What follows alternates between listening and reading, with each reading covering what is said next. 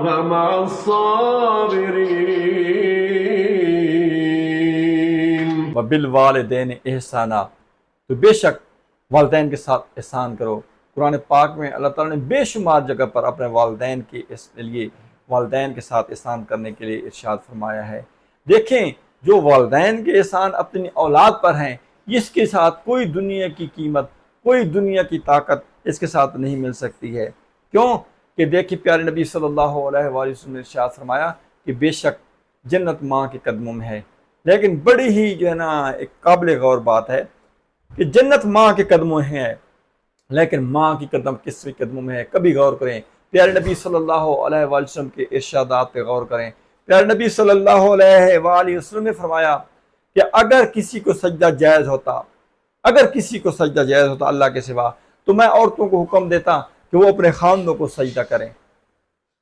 اور دیکھیں کہ یہ مقام کس کا ہے؟ خاوند کا ہے، یہ مرد کا مقام ہے۔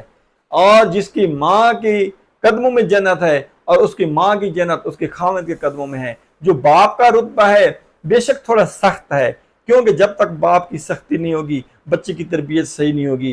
جو بھی اچھی تربیت باپ بچے کے کرنا چاہتا ہے اس کو چاہیے پیارے نبی صلی اللہ علیہ وآلہ وسلم کی سنت کے مطابق اس سے بچے اولاد پہ سختی کرے، 7 سال تک اس کو نماز پڑھائے، اگر وہ نماز نہیں پڑھتا اس کے ساتھ سختی کرے۔ بے شمار جگہ پر یہ چیز وارد ہے۔ حضرت علی رضی اللہ تعالیٰ عنہ کا قول مبارک ہے کہ بے شک گھر کے اندر ایک کوڑا لٹکانا چاہیے، ایک سٹک لٹکانی چاہیے۔ کیوں کہ اپنے اولاد کو، اپنے بچوں کو ڈرانے کے لیے۔ اگر یہ اولاد کو اپنے باپ کا ڈر نہیں ہوگا، باپ کی سختی نہیں ہوگی، تو اس بچے کی تربیت صحیح نہیں ہوگی۔ حضرت عمر فاروق رضی اللہ تعالیٰ عنہ کے دور حکومت کے اندر کسی نے آپ سے پوچھا کہ اے عمر، تیری وجہ سے دین کو بہت زیادہ تقویت ملی ہے، بہت زیادہ دین پھیلا ہے، بڑی ترقی کی ہے۔ تو حضرت عمر فاروق رضی اللہ تعالیٰ عنہ کے آنکھوں میں آنسو آ گئے۔ آپ فرمایا کہ دیکھو کہ میری وجہ سے دین کو تقویت نہیں ملی ہے، بلکہ مجھے دین کی وجہ سے تقویت ملی ہے، اور یہ سب کچھ جو بھی ہے دین کی وجہ سے۔ کیونکہ میں تو وہ عمر تھا جس وقت میں اپنے گھر کے اندر گھر کے اونٹ چراتا تھا تو میرا والد روزانہ مجھے ڈانٹا تھا کہ اے عمر، تیرے سے 2 اونٹ نہیں چرائے جاتے، تو 2 اونٹوں کو نہیں سنبھال سکتا، تو گھر کا نظام کیسے سنبھالے گا؟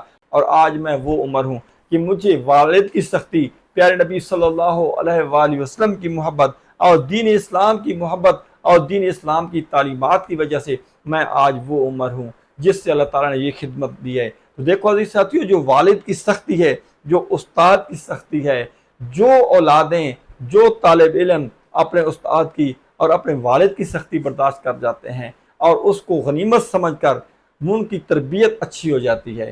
اور یہ دیکھیں، وہ اولادیں جو والد کی استاد کی سختی برداشت نہیں کرتی ہیں وہ کبھی کامیاب نہیں ہوتی ہیں، اور جو سمجھ جاتی ہیں اس بات کو، والد کی سختی کو، اور اس چیز کو برداشت کرتی ہیں، دنیا کی کوئی طاقت ان کو شکست نہیں دے سکتی ہے۔